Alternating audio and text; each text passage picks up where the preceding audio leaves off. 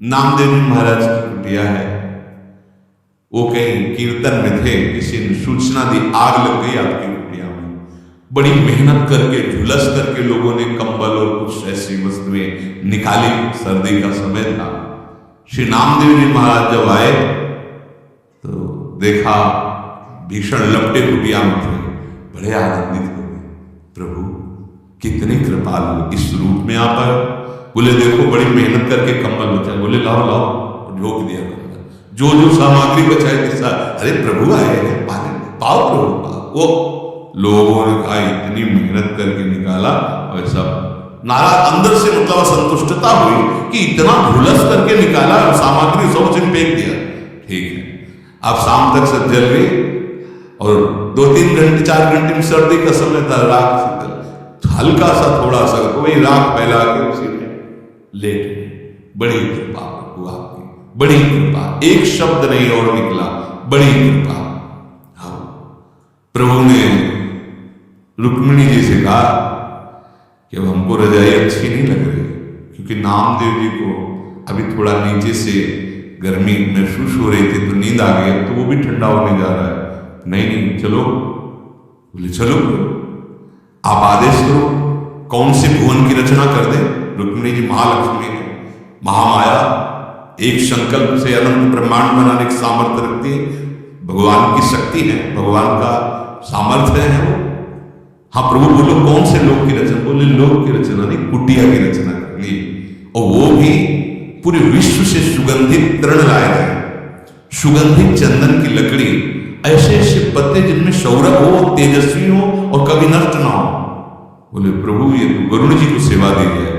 गरुड़ जी उनके लिए तो मन से भी अधिक वेगशाली, वायु से वेगशाली मन है, मन से भी वेगशाली कई गुना गरुड़ जी है।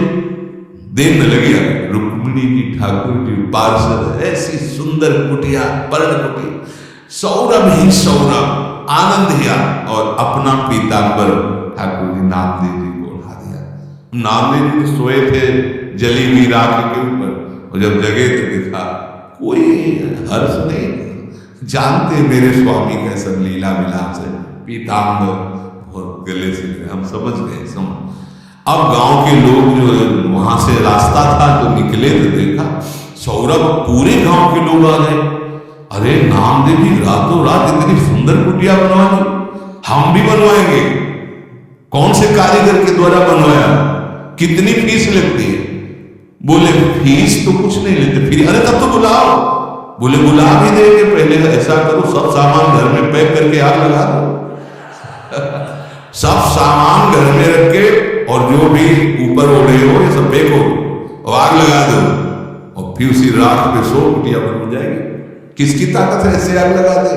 तो ना सोचा थी, जो भगवान का अनन्य प्रेमी होता है, बड़ी से बड़ी हानि हो जाने पर उसे शोक ले, तभी पता है मेरे प्रभु की एक भ्रकुटी सारे में अनंत ब्रह्मांडों का सृजन हो गया, ये मेरा घर है, मेरी वस्तु क्या। कल एक अच्छे उपासक थे, वो कह रहे थे, गृहस्थ धर्म के थे, कि मैं बहुत धर्म पूर्वक और भजन में चलता हूं, पर लगभग मुझे असफलता ही आंख लगती है, तो ये कब तक चलेगा। निराश नहीं होना, उनको उदाहरण देता, निराश नहीं होना। तुम धर्म से चल रहे हो, भगवान का भजन कर रहे हो, तुम्हारा मंगल होना है, इसलिए तुम्हारे पाप बड़ी शीघ्रता पूर्वक नष्ट किए जा रहे हैं। लौकिक असफलता कोई असफलता नहीं है। अगर नाम जप चल रहा है, धर्म से चल रहे हो, तो तुम परम सफलता को प्राप्त हो रहे हो। और नाम जप नहीं, धर्म नहीं, अधर्म पूर्वक चल रहे हो और तुम्हें लौकिक संपत्ति मिलती, तो कोई सफलता नहीं, ये भारी विपत्ति का रूप धारण करेगी और सर्वनाश की लीला हो जाएगी।